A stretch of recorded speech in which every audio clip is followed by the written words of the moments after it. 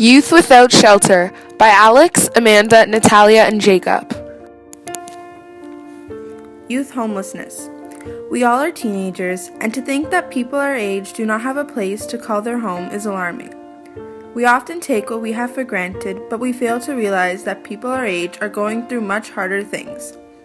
Our group believes that everyone should be treated with equality, but these homeless youth aren't given opportunities that we are. Once these children become homeless, it is very hard for them to get off the streets, and the government provides little help. By the time this person is 18, the government basically stops giving them the support they need. Factors which contribute to youth homelessness are mental issues, addiction, family abuse, and they don't feel like they belong. Located in 6 Wardendale Crescent, Toronto, Ontario, Youth Without Shelter provides up to 80 emergency and long-term housing for youth ages 16 to 24. Youth Without Shelter was originally founded in 1986 by teachers, counselors, and principals, realizing there's a need for a safe spot for youth in Toronto's West End. This charity is located in Rexdale, which isn't too far from Pearson Airport. Because of this, they often see youth coming from other countries seeking refuge.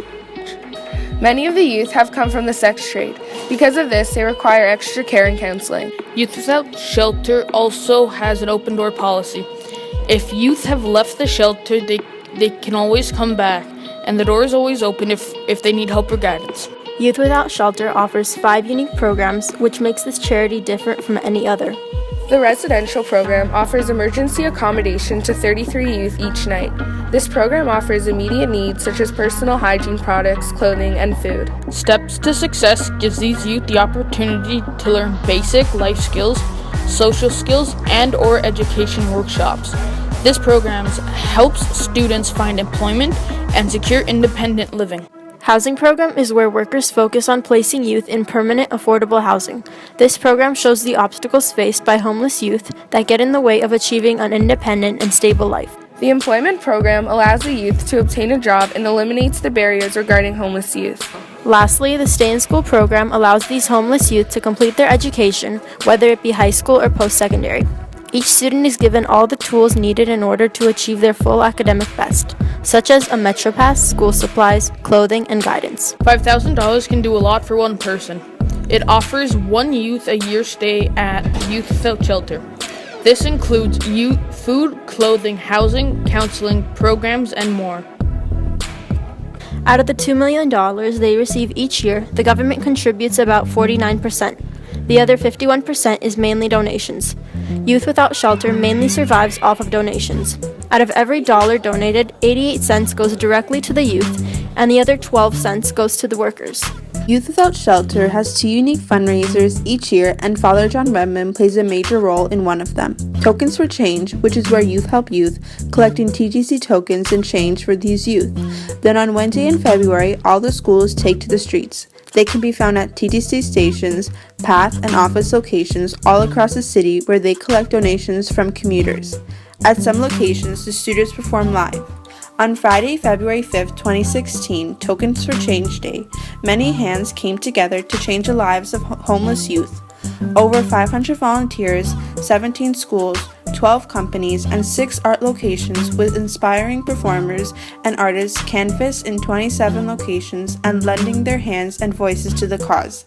Here's a little video about Tokens for Change.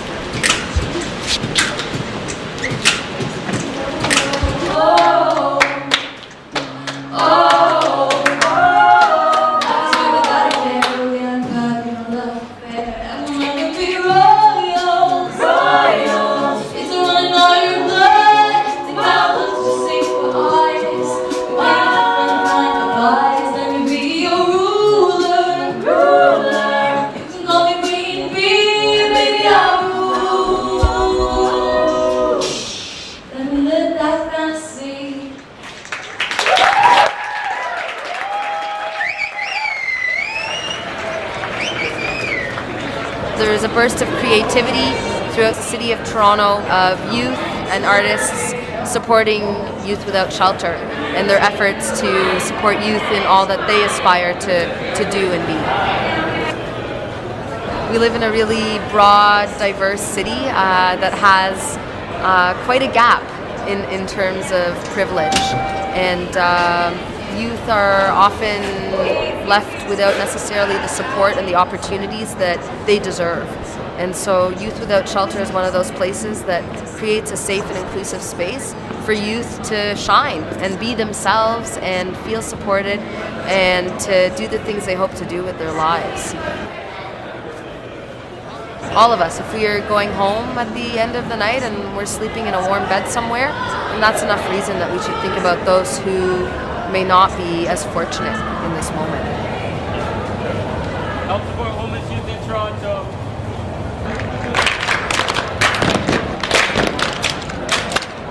All youth deserve to feel accepted. All youth deserve to be respected. All youth deserve to be a part of a team.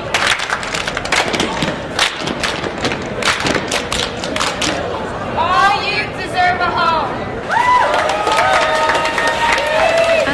I think it's amazing to be able to bring this awareness to the public. People go on their business every day not really paying attention to the fact that maybe others are struggling, and especially our youth. Hopefully you guys. The piece is destined to go in a youth shelter, so I wanted to kind of bring in an architectural theme, sort of make it colorful, sort of like dreamlike. I like to just let the paint take over a little bit.